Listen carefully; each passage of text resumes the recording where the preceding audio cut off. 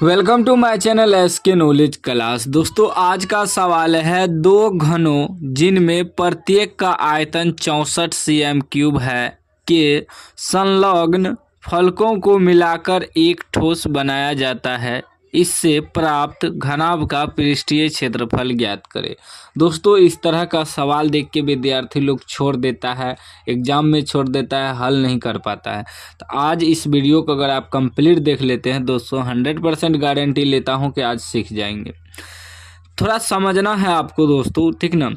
कह रहा है कि दो घन है, ठीक ना, जिसका आयतन दिया हुआ है 64 cm, इसका भी आयतन 64 cm, इसका भी आयतन 64 cm, दोनों घन बना लिए हम अलग अलग, ठीक ना, अलग अलग दो घन बना लिए। तब कह रहा है कि दोनों का आयतन सेम है, ठीक ना, लेकिन क्या करता है फिर इन दोनों को जोड़कर एक घनाभ बना लिया जाता है, ठीक, दोनों को जोड़कर। तो दोनों को जोड़कर जब घनाभ बना दिया जाता है तब कह रहा है इसका पृष्ठीय क्षेत्रफल निकालने। तो एक बात याद रखिएगा दोस्तों, आयतन अगर दिया रहे तो सबसे पहले इससे हमें भुजा मालूम करना होगा इन दोनों घन का, कि इन दोनों घन का भुजा कितना है, क्योंकि घन का जो है भुजा सब बराबर होता है, ठीक ना। तो एगो का भुजा अगर हम निकाल लेंगे तो सबका निकल जाएगा, क्योंकि इसका भी आयतन सेम है, इसका भी आयतन सेम है, दोनों का बराबरे है तो भुजा भी बराबरे होगा।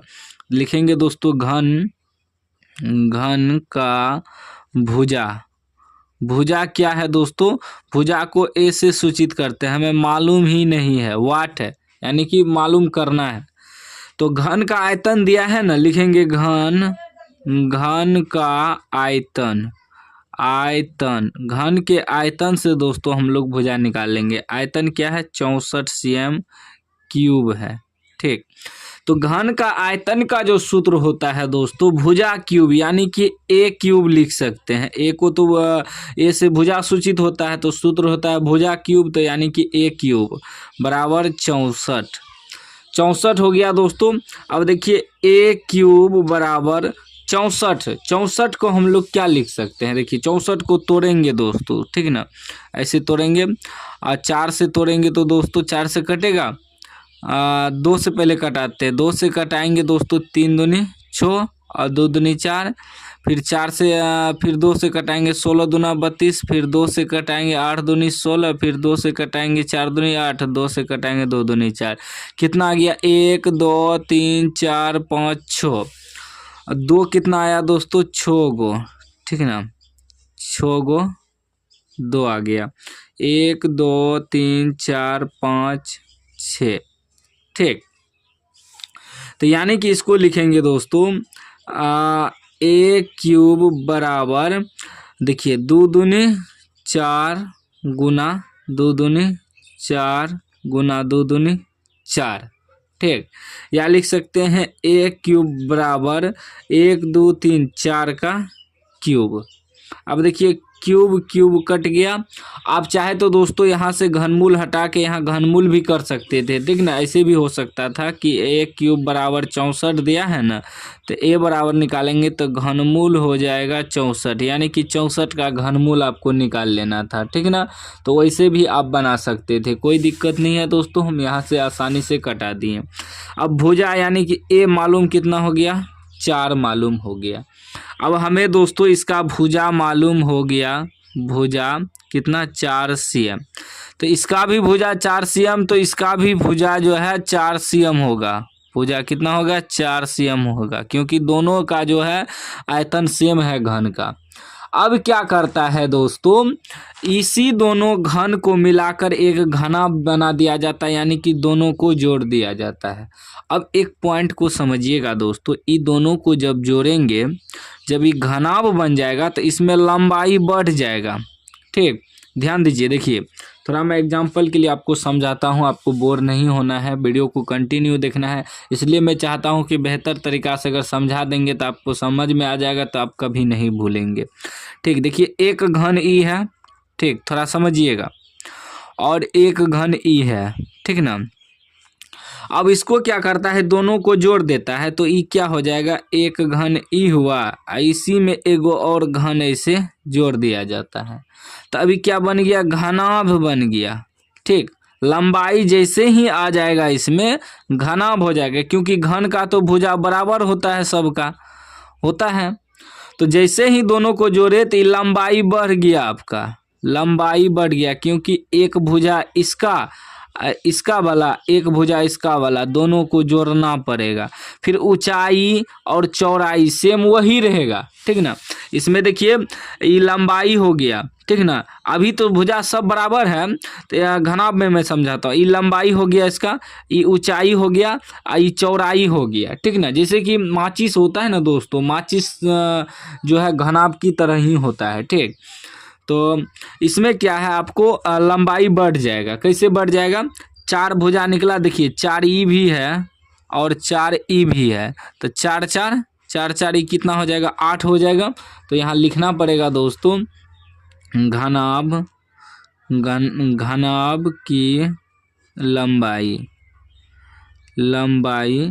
लंबाई को L से सूचित करते हैं, ठीक है ना। याद रखिएगा, लंबाई को L से सूचित करते हैं तो कितना हो जाएगा, 4 इसका ये दोनों को इसमें जोड़ दिए हैं तो 4 4 कितना हो जाएगा, 8 cm हो जाएगा, ठीक। फिर चौड़ाई, ठीक है ना, चौड़ाई को B से सूचित करते हैं, तो चौड़ाई आपका उतना ही रहेगा, सिर्फ इसको जोड़े हैं तो लंबाई बढ़ा है, चौड़ाई वही सेम रहेगा। चौड़ाई इसमें कितना है, 4 है, क्योंकि घन का प्रत्येक भुजा 4 होता सेम होता है, बराबर होता है, तो सब 4 है, तो इसका चौड़ाई भी कितना होगा, 4 होगा, 4 cm, ठीक। अब ऊंचाई को S से सूचित करते हैं, ऊंचाई को ऐसे सूचित करते हैं, तो ऊंचाई जो है आपका दोस्तों सेम वही रहेगा, ठीक ना, सेम 4 cm ही, ऊंचाई भी आपका 4 cm ही होगा, ठीक। एक बात याद रखिएगा, जैसे ही हम 2 घन को जोड़ेंगे उसकी लंबाई सिर्फ बढ़ेगा दोस्तों, ठीक ना, यहाँ से यहाँ, ठीक। इस प्रकार जो है सिर्फ लंबाई बढ़ेगा दोस्तों, ठीक, क्योंकि इसमें 2 घन है, एक घन इधर है, एक घन इधर है, तो इसमें सिर्फ लंबाई बढ़ेगा आपका, ठीक ना। याद रखिएगा, 4 यहाँ और 4 यहाँ, आपका लंबाई बढ़ जाएगा, ठीक। इस बात को याद रखिएगा हमेशा, 2 घन को अगर जोड़ेंगे तो उसकी लंबाई बढ़ जाएगी, बाकी चौड़ाई ऊंचाई सेम रहेगा। अब लिखेंगे घनाभ का पृष्ठीय क्षेत्रफल का राय निकालने ना, घनाभ का पृष्ठीय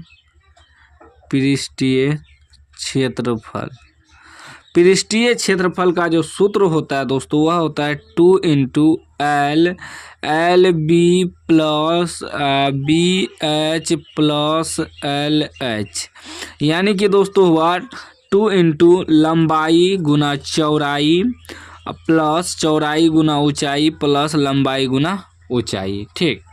अब देखिए 2 × LB, L कितना आपका 8 है, गुना B कितना आपका 4 है, प्लस BH, तो B कितना है 4 है, गुना H कितना है दोस्तों 4 है, प्लस LH, L कितना है दोस्तों 8 है, गुना H कितना है 4 है। देखिए LH है तो इसका मतलब L गुना H है, ठीक ना। अभी क्या हो जाएगा दोस्तों, हो जाएगा 2 × देखिए 8 चौके 32 प्लस 4 चौके 16 प्लस 8 चौके 32। अब टोटल को आपको जोड़ देना है, 2 गुना जोड़ दीजिए दोस्तों, देखिए 2 2 4 6 10 के 0 हासिल 1 और 3 1 4 4 3 7 1 8, ठीक, यानी कि 80 हो गया दोस्तों। अब देखिए 80 गुना 2 करेंगे तो 8 दूनी 16 160 cm स्क्वायर, क्षेत्रफल जो निकलता है स्क्वायर में निकलता है। यह आपका आंसर हो गया, यह जो आपका घनाभ है इसका क्षेत्रफल निकल गया। कोई भी डाउट हो तो कमेंट बॉक्स में पूछ सकते हैं। अभी तक चैनल को सब्सक्राइब नहीं किए तो सब्सक्राइब कर लीजिए और घंटी को दबा के ऑल कर लीजिए।